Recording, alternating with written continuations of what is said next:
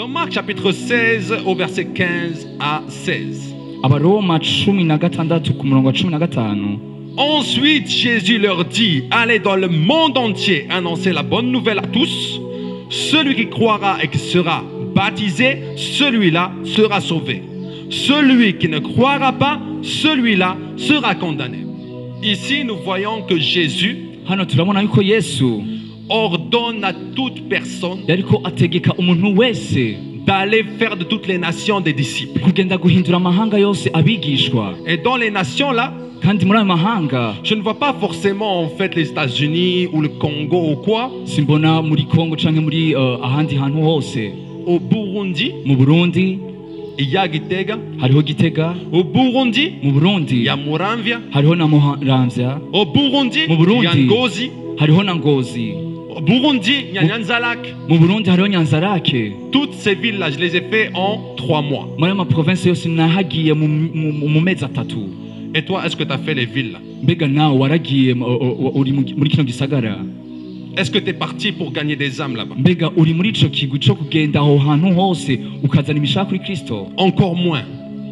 Encore moins. Ubugira kandi Mutakura, canke kuri Mutakura Gagara, canke mu Ngagara Kajaga, canke muri Kajaga.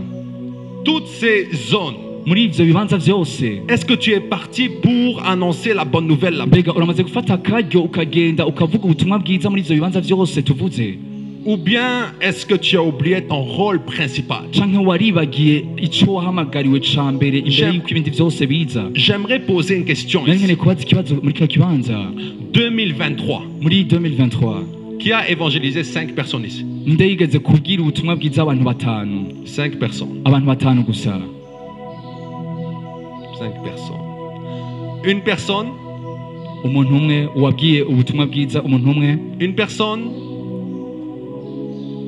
Vous voyez que l'évangélisation est beaucoup négligée. Murabona yuko ivuga ubutumwa benshi ntibarifata nk'ikintu gikomeye cyane. Alors que Christ nous dit allez, c'est un ordre, c'est pas une option. Kandi Yesu atubwira ati nimugende, si ikintu duhitamo ariko ni itegeko twahawe. Allez gagner des âmes. Genda muzane amahanga yose kuri Kristo. Allez partager votre foi. Genda mubasangize ukwizera kwanyu. Allez annoncer à ceux qui ne me connaissent pas Genda mubamenyeshe ico jewe ndi ku bantu batanzi. que la solution à leurs problèmes, Yuko inyishu y'ibibazo vyabo c'est moi. ni jewe ubwanje.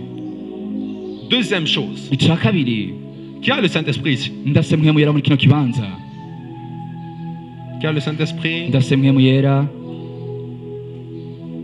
Mais comment ça se fait que le Saint-Esprit en vous ne vous pousse pas Ni gute mpwemu yera aba muri mwebwe adashobora kubasunikira à être des témoins?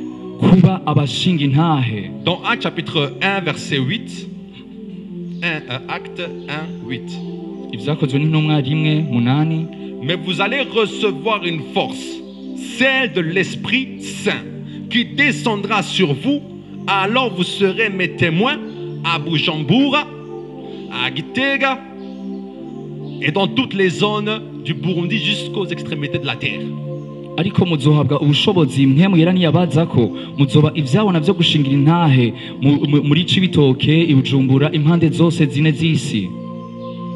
Donc quelqu'un qui doit avoir le Saint-Esprit Umuntu aba afise mpwemu yera muri we ne peut pas juste s'asseoir sur une chaise et dire rabababa. ntashobora kwicara ku ntebe avuga mu ndimi gusa. Le Saint-Esprit nous a pas appelés Mpwemu yera ntiyaduhamagaye simplement à parler en langue. kugira tuvuge mu ndimi gusa. Le Saint-Esprit, lorsqu'il vient en nous, Ariko mpwemu yera mu gihe aba muri twebwe il va maintenant faire en sorte aca akora ibishoboka vyose que la personne qui est animée du Saint-Esprit kugira umuntu wese yakiyatswa na mpwemu yera reçoit cette force et qu'elle soit témoin de Jésus. yatswe na mpwemu yera ashobore kuba ushingira intahe Yesu.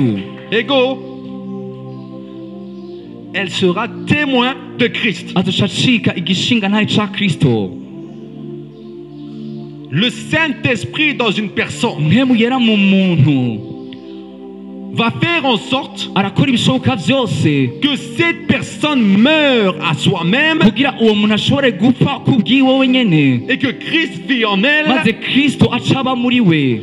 Et lorsque Christ vit en toi, maze Yesu Kristo amaze kuba muri wewe tu ne crains plus de mourir pour la croix. ntuzokwigera ugira ubwoba bwo gupfa mu gihe baba bavuze ati ugiye gupfa bagushire ku musaraba. Dans le monde en 2024, muri uno munsi muri uno il y mwaka a 365 millions de chrétiens persécutés dans le monde. hari amamiliyoni menshi y'abakristo benshi bariko baraca mwihamwa, Et dans des pays kandi ivyo bihugu qui sont de la religion de Mohamed, ivyo bihugu vyemera Muhamadi, les personnes sont là en train d'annoncer la bonne nouvelle abakristo bariko baravuga ubutumwa hiyo et ils ne craignent pas la mort. ntibatinya urupfu na gato, Parce que là-bas, en fait, l'apostasie kuko hariya bavugira ico bita apostasie. peut mener à la mort.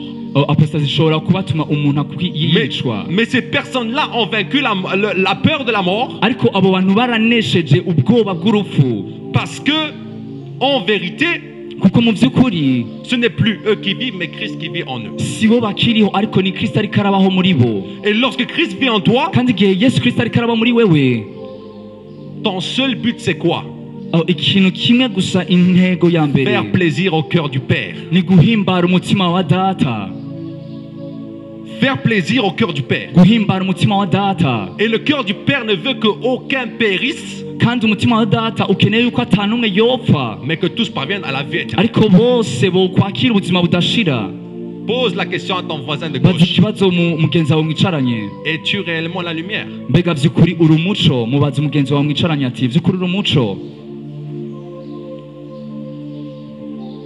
Pose la question à ton voisin de droite. baza umugenzi wawe yicaye mu buryo,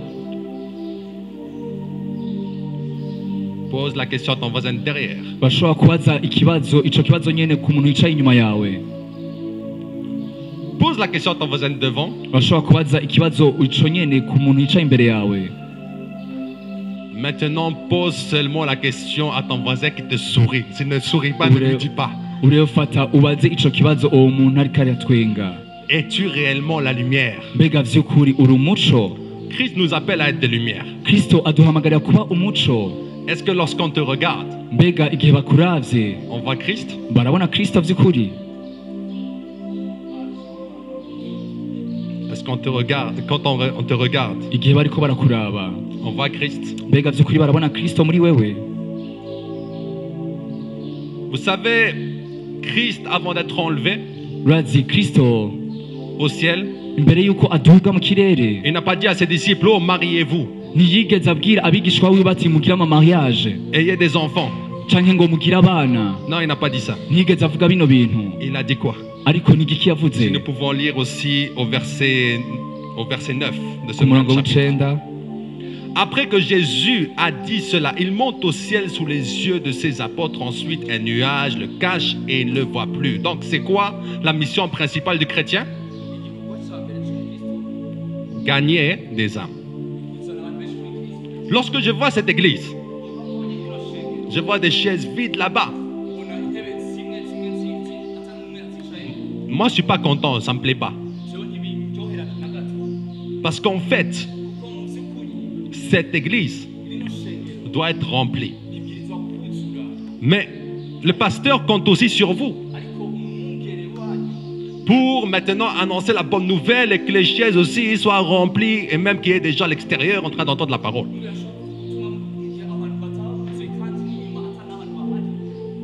Ça, c'est la base de l'église, l'évangélisation. Le gain des âmes. Ça, c'est le obligatoire. Dis avec moi, obligatoire.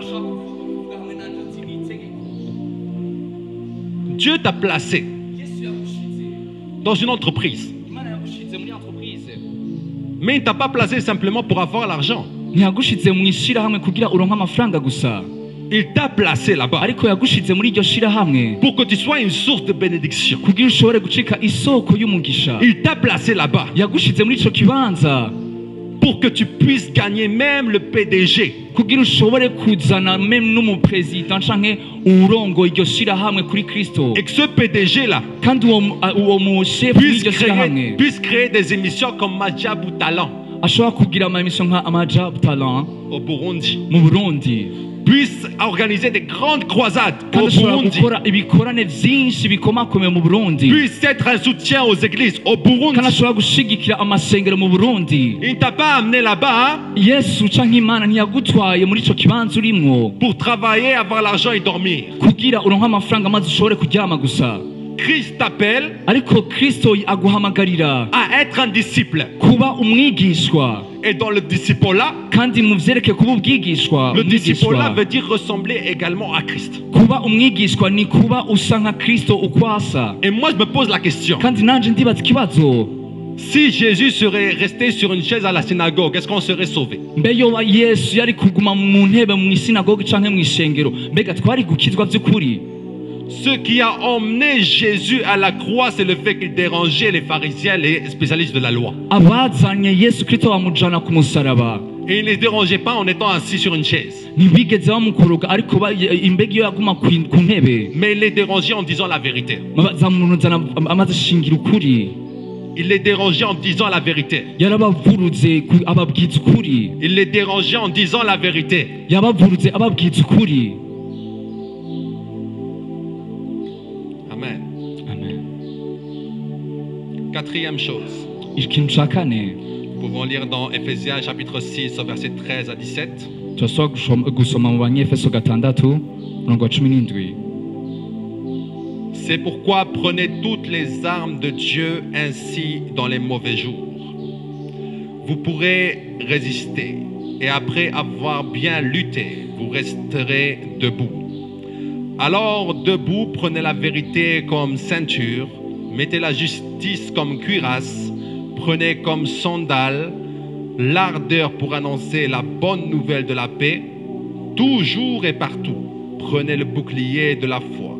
Avec lui, vous pourrez éteindre toutes les flèches brûlantes de l'esprit du mal. Recevez aussi le casque du salut et l'épée de l'Esprit Saint, c'est-à-dire la parole de Dieu. Abanyefeso 6:13 kubw'ivyo mwabire ibigwanishwa vyose vy'Imana kugira ngo mushobore kudatsindwa ku munsi mubi, kandi nimwaheza vyose mugahagarara mushikamye. Nuko rero mushikame mukenyeje ukuri, mwambaye ukugororoka nk'icuma gikingira igikiriza, mwambaye inkweto z'ivy'ubutumwa bwiza bw'amahoro bibiteguza, kandi hamwe n'ivyo vyose mwabire inkinzo y'ukwizera, niyo muzoshoboza kuzimisha imyambi ya wa mubi yose yaka umuriro.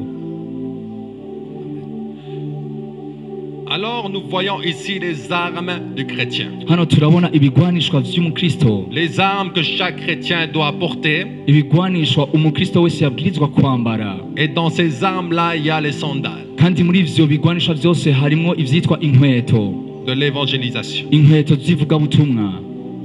Dans ces armes-là, il y a les sandales de Muri l'évangélisation. ivyo bigwanishwa vyose umukristo abwirizwa kwambara harimo icitwa inkweto. La question est-ce que c'est simplement les pasteurs, les évangélistes, toute personne appelée aux 5 ministères qui est appelée à évangéliser? Ikibazo ni iki, mbega ni abapasiteri canke abavugishwa canke aba intumwa zibwirizwa gukora bino bikorwa? Ego, Oya, No, yes. qui dit oui? Ndavuga ati ego, Qui dit non? ndavuga oya. Donc toute personne qui croit en Christ Umuntu wese yizera Kristo doit porter les armes du chrétien. yabwirizwa kwambara ibigwanishwa vy'umukristo Et wese, dans ces armes de chrétien, il y a les sandales kandi muri ivyo bigwanisha hari icitwa inkweto, de l'évangélisation. inkweto zo kuvuga ubutumwa bwiza. Qui parmi vous peut marcher pieds nus dehors? Mbega ninde hagati muri mwebwe ashobora kugenda hanze akagendagenda atambaye ibirato? Et encore plus, Ubugira kandi la Bible nous dit Bibiliya itubwira ati que nous allons écraser le serpent. yuko tuzohonyora inzoka, Mais on ne peut pas l'écraser simplement les pieds nus. ariko ntidushobora guhonyora izo nzoka twambaye dufise ibirenge bitambaye ibirato.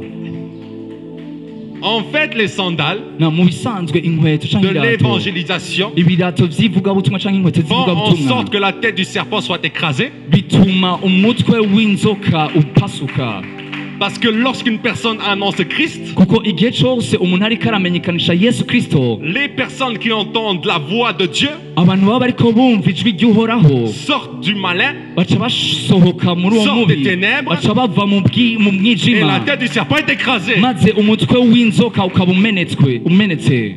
Il y a certaines personnes qui répètent simplement, hari abantu basubiramo gusa oh nous écrasons, nous écrasons, nous bavuga ati écrasons. turamena imitwe y'inzoka byose uko, Mais Dieu leur dit, évangélisez, évangélisez, ariko Imana évangélisez. ikaguma ibabwira ati genda muvuge ubutumwa bwiza, genda muvuge ubutumwa bwiza.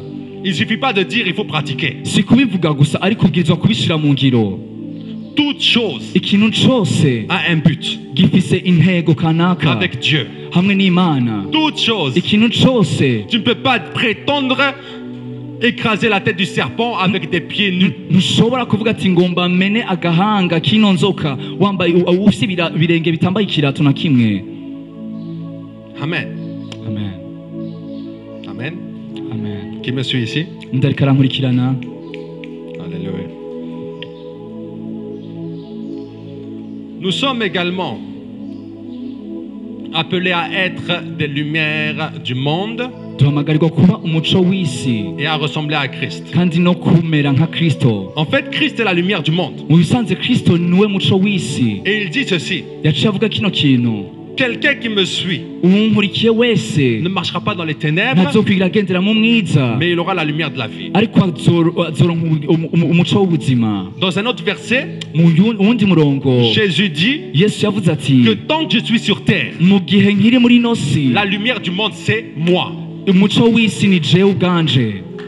Mais Ariko Christ vous appelle tous Kristo abahamagara mwese maintenant à être des lumières du monde kuva uno munsi kuba umuco w'isi, parce que nous sommes tous appelés à être des chrétiens. kuko twese duhamagara kuba abakristo. Et le mot chrétien, Kandi iryo zina ubukristo ce n'est pas des disciples en fait qui sont partis dire nous sommes chrétiens, alléluia. si abigishwa bagenda bavuga ati twebwe turi abakristo haleluya. En fait, c'était à Antioche Ivyo vyari muri Antiokiya, où les personnes païennes ariko igihe abapagani voyaient les disciples de Jésus-Christ babona abigishwa ba Kristo partager leur foi, bariko barabasangiza ukwizera, annoncer Jésus bamenyekanisha Yesu, et disaient eux c'est des Christers. maze baca bavuga ati abo ni abakristo n'abakristo. Ce qui veut dire petit chrétien, Bisigura ati umukristo, petit Christ. bisigura Kristo. Mais quelqu'un qui s'appelle chrétien Ariko umuntu yitwa umukristo et qui n'évangélise pas akaba atariko aravuga ubutumwa bwiza n'est pas chrétien si umukristo vy'ukuri, parce qu'il ne ressemble pas à Jésus. kuko ntasa na Kristo. Jésus tous les jours, Yesu Kristo iminsi dès yose, qu'il a reçu la puissance du Saint-Esprit, kuva umunsi yakiriye ubushobozi bwa mpwemu yera, il commençait à dire yaciye atangura avuga ati repentez-vous, le royaume de Dieu est proche. nimwihane kuko ubwami bw'Imana buri hafi. Dès que j'ai reçu Jésus, Kuva umunsi yakiriye Yesu Kristo, mon Facebook était en train de prêcher Jésus. kuva umunsi nakiriye Yesu Kristo, Facebook yanje yaciye iba igikoresho nkoresha mu kuvuga ubutumwa rya Kristo, Et ma famille m'ont rejeté à cause de ça. kandi umuryango wanje ubwayo waciye unyirukana kubera Kristo, Parce qu'ils m'ont pris pour un fou. kuko bamfata nk'umuntu w'umusazi. Ils ont dit, ah, mais comment ça se fait Baca bavuga ati mbega ni gute bigenda gute bino bintu, que cette personne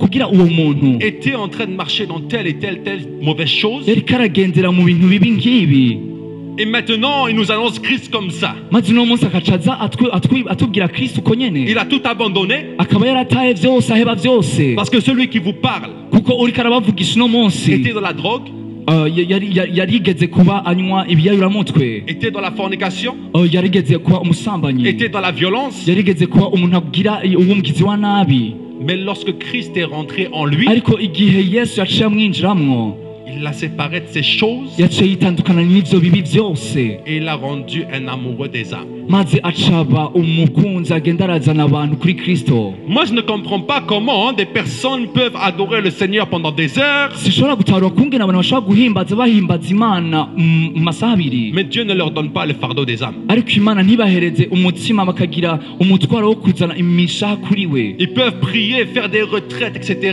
Barashobora gusenga, Mais Dieu ne leur parle pas du fardeau des âmes qu'il a. ariko ugasanga Imana ntikiyababwira ku vyerekeye kugira umutwaro wo kuzana abantu kuri Kristo. est-ce que tu as prié Dieu ou tu as prié qui? mbega vy'ukuri ugerageje gukura ivyo bikorwa vyose wakoze mbega wasenze imana yo vy'ukuri? Parce que ce qui dérange le plus le cœur de Dieu, c'est quoi? kuko ikintu gituma umutima w'Imana uhagarara, umutima w'Imana utaguma hamwe, C'est que des créatures qu'il a créées, des humains, partent en enfer. nuko yaremye abantu apana kugira baje mu muriro. Dieu ne se plaît pas à la mort du pécheur. Imana ntikeneye ko abantu baja mu muriro. Dieu ne se plaît pas à la mort du pécheur. Imana ntinezerwa mu gihe abantu bariko barakora ivyaha, Dieu veut tout pécheur ariko ikeneye abanyavyaha bose trouve la vie éternelle. yuko baronka ubuzima budashira, Et tu es celui maze sur, sur qui yice umuntu wese, il compte umuntu wese aharurako pour annoncer la bonne nouvelle. kugira agende kuvuga ubutumwa bwiza. Nous sommes sauvés pour sauver. Twakijijwe kugira dukize abandi. 6e point. Ica gatandatu, Marc chapitre 8 verset 38. Mariko 8:38. Si quelqu'un a honte de moi et de mes paroles face aux gens d'aujourd'hui, infidèles et rebelles à Dieu, alors le Fils de l'homme aussi aura honte de lui quand il viendra dans la gloire de son Père avec les saints anges. kuko umuntu wese bizotera isoni kunyemera no kwemera amajambo yanje muri iki gihe c'ubusambanyi kandi c'ikinyavyaha, n'umwana w'umuntu bizomutera isoni kumwemera aho azozira afise ubwiza bwa se azananye n'abamarayika bera. Dis avec moi, je suis appelé à sauver. Urashobora kwaturana nanje uti nahamagariwe gukiza. Bien-aimé, Mukundwa, dire Jésus est Seigneur. kuvuga ati Yesu ni uwo mwami, Satan aussi connaît que Jésus est Seigneur. na Satani arazi yuko Yesu ari umwami. Dire que Jésus est le Fils de Dieu. Kuvuga yuko Yesu ari umwana w'Imana. Quand Jésus chassait les démons, il le reconnaissait en tant que Fils de Dieu. Igihe Yesu yariko arirukana amadayimoni, bose abamadayimoni baramenye ko ari umwana w'Imana. Dire que Jésus est Dieu. Kuvuga yuko Yesu ari Imana, Satan connaît que Jésus est Dieu. Satani arabizi yuko Yesu ari Imana. Ce qui doit différencier un chrétien Ikintu kizotandukanya umukristo de Satan, c'est quoi? hamwe na Satani ni giki? L'obéissance à la parole de Dieu. Ni kubaha canke kumvira ijambo ry'Imana, L'obéissance au commandement de Dieu. kumvira ico Imana igutegetse gukora. Et tu ne peux pas dire « Oh, j'aime Jésus » Ntushobora kuvuga ati oh ndakunda Imana sans respecter ses commandements dont l'évangélisation font partie. mu gihe udashobora kumvira ico Imana ikubwiye, muri ivyo navyo kuvuga ubutumwa bwiza kirimwo. Vous savez comment Pierre est mort? Murazi ingene Petero yapfuye? Il a été crucifié, Yarabambwe, la tête à l'envers. umutwe ucuritswe. Vous savez comment Paul est mort? Murazi kungene Paulo yishwe? Il est mort décapité Yapfuye ahimbuwe akaswe umutwe à cause de la parole de Dieu. kubera ijambo ry'Imana. J'habite en France, Mba mu Bufaransa, dans la ville de Lyon. muri ville yitwa Lyon. C'est là-bas que j'ai été touché par Dieu. Ni kibanza aho Imana yangendeye maze ndakogwako. Et en l'an 100 et quelques, Mu gihe gito les premiers chrétiens umukristo wa mbere de France wo mu Bufaransa étaient de Lyon. yava muri Lyon. Et il y a un témoignage là-bas à Lyon. Hariho intahe muri Lyon. En fait, lorsque les Romains sont venus, Mu gihe abaroma baje ils commençaient à persécuter ces chrétiens. batanguye guhama abakristo. Il y avait une sœur qui s'appelle Blandine. Hariho umukobwa yitwa Blandine. Cette sœur-là, Uwo mukobwa elle a été crucifiée, yarabambwe, torturée. agirirwa nabi. On l'a livrée au lion. Baramuhereje muri ico kibanza. Mais le truc, c'est que dans toutes ces souffrances, Ariko ikintu kiryoshe muri iyo mibabaro yose yagize, Dieu l'a gardé plusieurs fois en vie, même devant les lions. kandi imbere yuko aza muri ico kibanza cose, Les lions n'ont pas voulu la manger. iyo Lyon ntiyigeze ishaka kumurya. Mais toujours, Ariko iminsi yose elle était là en train d'annoncer Christ. yama ariko aravuga ubutumwa amenyekanisha Yesu Kristo. On l'a torturée, Baramugiriye nabi elle annonçait Christ. kandi abandanya avuga ubutumwa rya Kristo Yesu. Mais toi, tu es au Burundi, Ariko uri mu Burundi, dans un pays qui est libre, mu kibanza mu gihugu aho cidegemvya Tu peux partager ta foi librement, urashobora gusangiza abandi kwizera kwawe mu buryo bwiyaguye mais tu ne le fais pas. ariko nturiko urabikora Ah, tu auras des comptes à rendre à Dieu. Tu auras des comptes à rendre à Dieu. uzoronka ico ubwira imana. Nous sommes des sentinelles dans cette génération. Twebwe turi abantu Des surveillants, des guetteurs. abaterani turi abaterani muri kino kibanza. Dans Ézéchiel chapitre 33 au verset 7 à 9. Ezekiel 33 ku murongo w'icenda. Eh bien toi, fils d'homme, je t'ai posté comme sentinelle pour la communauté d'Israël. Tu écouteras la parole qui sort de ma bouche et tu les avertiras de ma part. Si je dis au méchant, toi qui es méchant, tu vas mourir. Et si tu ne dis rien pour l'avertir de changer de conduite, ce méchant mourra à cause de sa faute, mais je te redemanderai compte de sa mort.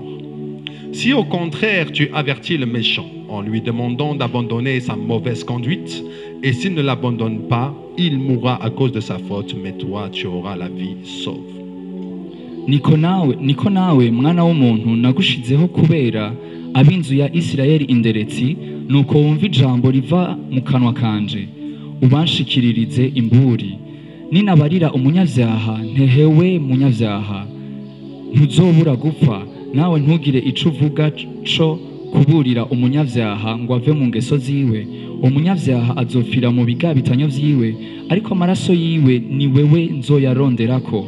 Yamara niwaburira umunyavyaha ivy'ingeso ziwe ngo ahindukire azivemwo, nawe ntahindukire ngo azivemwo, azopfira mu bigabitanyo vyiwe, ariko weho uzoba ukijijwe ubugingo bwawe. L'Ancien Testament, mu isezerano rya kera c'est l'ombre des choses à venir. ni ibintu bizoba, babivuga nk'ibintu bizoba. Dieu avertit l'homme de Dieu, Ézéchiel, Imana yari kiburira umuvugabutumwa Ezekiyeli qu'il est une sentinelle pour Israël. yuko ari inderetsi ku nzu ya Isirayeli.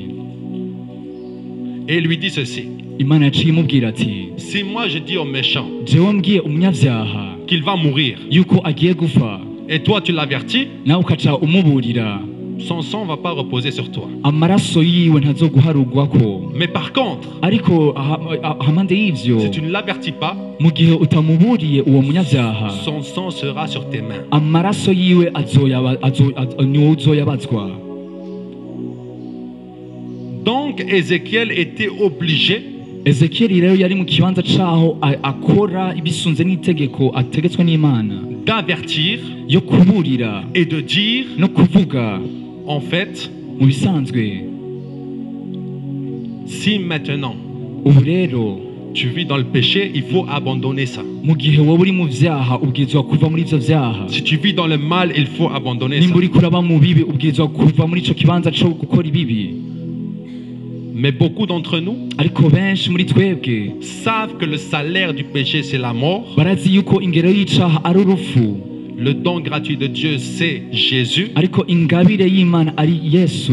Il voit des gens dans le péché, Tukabona abantu, Imana ikabona abantu benshi mu vyaha, mais au lieu de leur parler, de leur partager leur foi, ariko hako yobasangiza ukwizera kwiwe, il laisse les gens partir en enfer. ugasanga ariko arareka abantu baja mu muriro udashira. Et j'aimerais dire, Ariko nashaka kuvuga ati, celui qui n'évangélise pas umuntu wese atavuga ubutumwa bwiza est pire que l'assassin.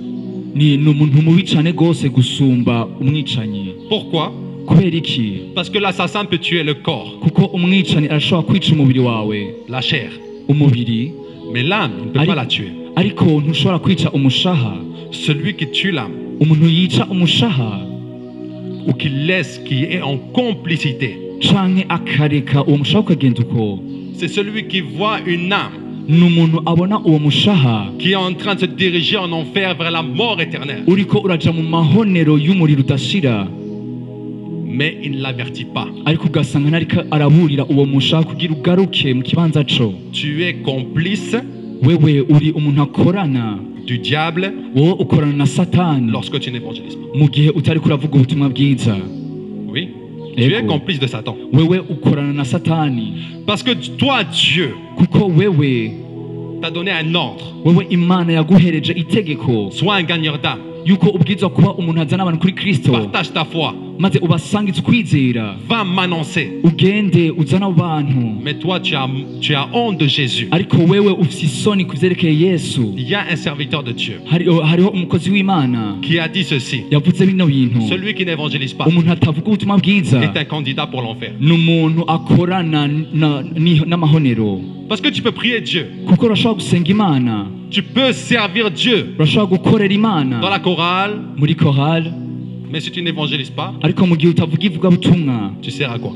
wewe uzoba iki Il y a deux sortes de serviteurs à la fin. hari abakozi b'imana babiri Celui qui sera utile pour le royaume de Dieu uzoba uw'ingirakamaro cyangwa uw'umumaro et celui qui est paresseux. kandi no Et les deux n'ont pas la même destination. kandi abo babiri ntibashobora kuba ari abantu bamwe Moi, je pose la question. ndabaza ikibazo Est-ce que tu es sûr d'être sauvé? mbega urazi yuko uriko urakiza Parce qu'il ne suffit pas de dire Jésus, je t'accepte comme Seigneur et Sauveur ushobora kuvuga ati yesu ndakwakira nk'umwami n'umukiza pour être sauvé. kugira ushobore gucika uwakijijwe Il faut donner son âme, son corps pour Jésus. ariko babwirizwa gutanga umubiri wawe impwemu yawe byose n'umushaha kugira ubashe gukira Mettre la mort comme une joie. ugafata urupfu rukamera nk'umunezero Paul disait mourir m'est un gain. pawulo yavuze ati gupfa ni inyungu kuri jewe Paul disait malheur à moi si je n'annonce pas l'évangile. pawulo yavuze ati inogira ibara cyane rwose mu gihe ntariko ndavuga ubutumwa bwiza Paul disait ça. pawulo yavuze bino bintu Mais aujourd'hui, combien d'entre nous peuvent dire malheur à moi si je n'annonce pas Christ? ariko uno munsi ninde mbega ashobora kugira ubwo bushizi bw'amagambo avuga ati nobona ibara mu gihe ntavuze ubutumwa bwiza Combien de personnes, dès qu'ils sont un peu malades, nk'abantu bavuga ati bagwaye ils vont déjà penser à la mort. baca biyumvira ku byerekeye urupfu Bien-aimés, bakundwa la mort c'est plus que ça. urupfu ni ikintu kiri hejuru cyane ku byerekeye ibyo Les païens ont peur de mourir, mais les chrétiens ont la joie de mourir.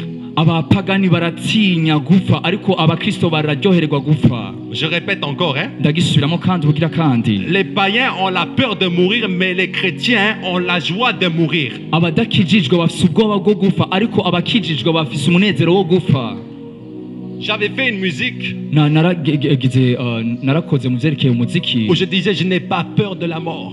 aho navuze ati sifise ubwoba bw'urupfu Je n'ai pas peur de la mort. jewe sifise ubwoba bw'urupfu Quelqu'un qui a connu Christ umuntu yamenye kristo by'ukuri ne craint plus la mort. ntashobora gutinya urupfu Ne craint pas la mort. ntashobora gutinya urupfu Mais toi tu trembles. ariko wewe urafise ubwoba Le diable souvent umunyabyaha umugizi wa nabi kenshi bloque les ministères, satani yahagaritse ibango bloque les chrétiens. yahagaritse abakristo Par quoi? kubera iki Par la peur et la timidité. yahagaritse abakristo mu gutinya no kugira ubwoba Si tu as peur et tu es timide, tu as laissé le diable gagner dans ta vie. mu gihe wemereye ubwoba bukakuganza uba wemereye ko satani aganza mu buzima bwawe Je suis parti évangéliser en Algérie. jewe mvuga ubutumwa bwiza muri Algerie Je n'ai pas peur de mourir. sifise ubwoba bwo gupfa na gato Je n'ai pas peur de la mort. sifise ubwoba bw'urupfu Parce que je sais kuko ndazi neza que même si on me tue, moi je rejoins Jésus. yuko nubwo bonyica ndazi yuko ncasanganira umwami wanje Yesu Qui ne veut pas rejoindre Jésus ici? ninde adashaka gusanganira umwami Yesu Tout le monde veut rejoindre Christ. umuntu wese w'umukristo akeneye gusanganira umwami Yesu Kristo Et je vous donne un secret, hein? kandi ndabahereje ibanga Ceux qui auront donné leur vie à Jésus seront plus près de Jésus. Ceux qui auront donné leur vie à Jésus seront plus près de Jésus. abazohereza ubuzima Yesu Dans le livre d'Apocalypse, mu byahishuro Yohana on parle des martyrs de l'agneau baravuga ku vyerekeye abishwe qui parlent avec Jésus comme ça. abavugana na Yesu kuno nyene amaso ku yandi Lorsque tu meurs pour Christ, mu gihe uba upfuye ku bwa Kristo tu as une place privilégiée. uba ufise ikibanza kiri hejuru cane Dans la religion dans laquelle je viens, idini mvamwo des gens vont faire des kamikazes, tuer des gens au nom d'Allah Akbar. n'abantu bavuga ati bapfa bashobora kwiyahura ku bw'abantu benshi Parce que dans cette religion, kuko muri iryo dini on dit que tuer c'est bien. bavuga yuko kwica ni vyiza Et si tu meurs au combat, tu vas aller au ciel avoir des houris, kandi mu gihe upfiriye mu ntambara uzoca uja mw'ijuru. des femmes que Allah a créées spécialement pour le plaisir des hommes. Abagore Allah yaremye kugira abagabo banezererwe, Eux, ils meurent pour ça. bakaca bapfa ku bw'ico kintu Ils sont gusa. capables de donner leur vie pour ça. abo bariteguye gutanga ubuzima bwabo ku bw'ico kintu gusa. Mais nous qui avons la vérité, ariko twebwe dufise ukuri, nous qui avons été affranchis, twebwe twari twaraboshwe, nous ne sommes ariko pas uno munsi capables, twabohowe, nous ne sommes pas capables de passer cette étape. ntidufise ubwo canke ubwo bushizi bw'amanga bwo kurengana ico kibanza. Des âmes partent en enfer dans le monde. Amahanga menshi, imishaha myinshi iriko iratakara.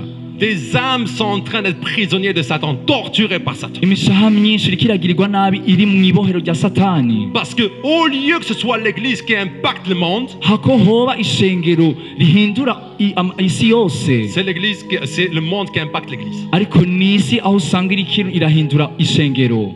Je pose la question.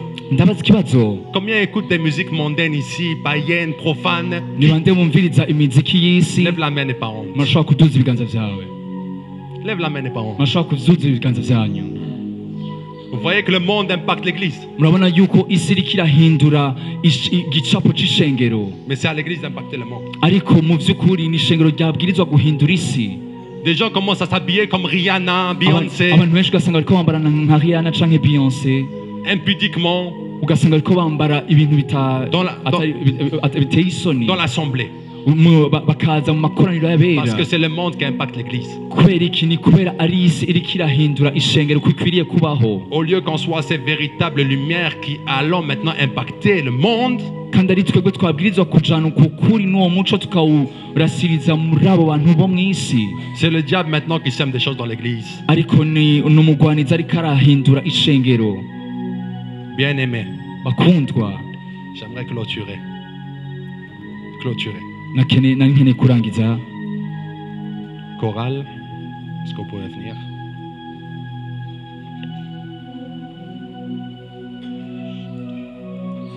J'aimerais que tu te remettes en question, nari nkeneye ko wibaza kino kibazo, que tu te poses la question. wibaze kino kibazo: Est-ce que je suis réellement chrétien mbega vy'ukuri ndi umukristo ou bien je vis une religion? canke ndiko mbaho ubuzima bw'idini? Si tu veux maintenant nimba vy'ukuri muri kano kanya donner ta vie réellement à Christ, ukeneye guhereza ubuzima bwawe Kristo, je t'appelle à venir ici. nari ndaguhamagaye, nashaka yuko woza hano imbere. Si dans ton cœur, nimba mu mutima wawe tu dis Seigneur, uvuga ati Yesu, je me repens nari ndihanye d'avoir laissé des âmes partir loin de toi, kubona imishanda yireka ija kure yawe, d'avoir laissé des personnes se perdre en enfer. kureka abantu baja mu mahonero. Si tu es là, nimba uri mu kino kibanza, que tu veux te repentir, nimba ukeneye kwihana, tu peux t'approcher. urashobora kuza hano.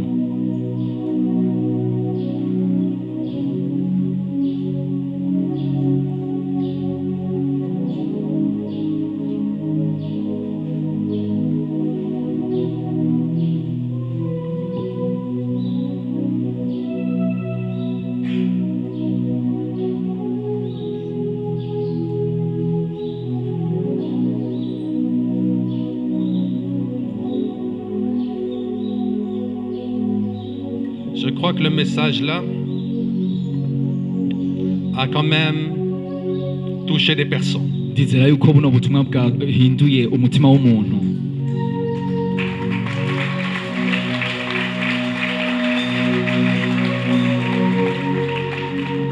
Et je crois kandi ndizera qu'il y a des personnes qui veulent avoir des nouvelles vies. yuko hari abantu bagiye kuba ubuzima bushasha. Si tu es là, lève la main. nimba uri muri kino kibanza urashobora kuduza ikiganza cawe. Si tu veux te repentir, lève la main. nimba ukeneye kwihana urashobora kuduza ikiganza cawe. Lève la main. duza ikiganza cawe. Lève la main. duza ikiganza cawe. Il y a une seule personne. hari umuntu umwe. Et le reste, vous faites quoi? abasigaye muriko mukora iki? Moi, je pensais que c'était toute l'église jewe nizera yuko qui yashwirizwa allait dire kwishengera. nous voulons être des gagnants d'art. twebwe dukeneye kuba abantu bazana benshi kuri kristo. Ego. Ego.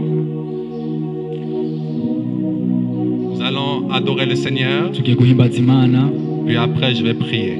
maze ca nsenga.